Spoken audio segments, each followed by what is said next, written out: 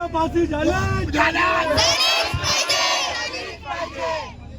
प्रशासनाला फक्त एक प्रश्न विचारायचा है मला, अरे ये जानवर कब सुधरेंगे और कब तक हम रास्तों पर उतरेंगे?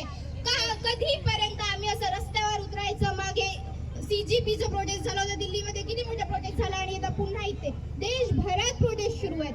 सरकारची स्थापना झाली आहे पब्लिकला न्याय मिळवून देण्यासाठी, त्यांच्या कल्याणासाठी. आणि जर तुम्हाला तुमच्या शासनावर राहून तुमच्या कर्तव्यांचं पालन करता नाही येत आहे तर सोडून द्या, पण आम्हाला तुमच्या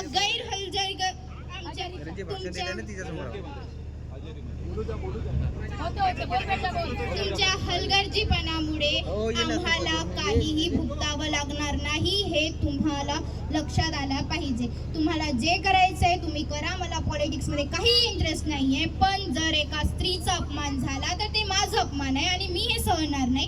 कारण एका स्त्रीला तिचा स्वाभिमान मिळवून द्यायला कितीतरी महाराष्ट्रीयन पुरुषांनी स्त्रियांनी आपले प्राण गमावले. सावित्रीबाई फुलेंनी गोटे खाल्ले, शिवाजी महाराजांनी इतका संघर्ष केला, बाबासाहेब, ज्योतिराव फुले, कितीतरी असे महान लोक आहेत ज्यांनी स्त्रियांना न्याय मिळावा, त्यांना सन्मान मिळावं म्हणून प्रयत्न केले, ते झिजले. आणि आज आझाद भारतामध्ये देखील आम्ही स्त्रिया बंधनात अडकला होता, कारण काही पुरुषांचे डोळ्यांमध्ये आम्ही त्यांची पर्सनल प्रॉपर्टी हो की त्यांना ते कधीही हात लावू शकतात.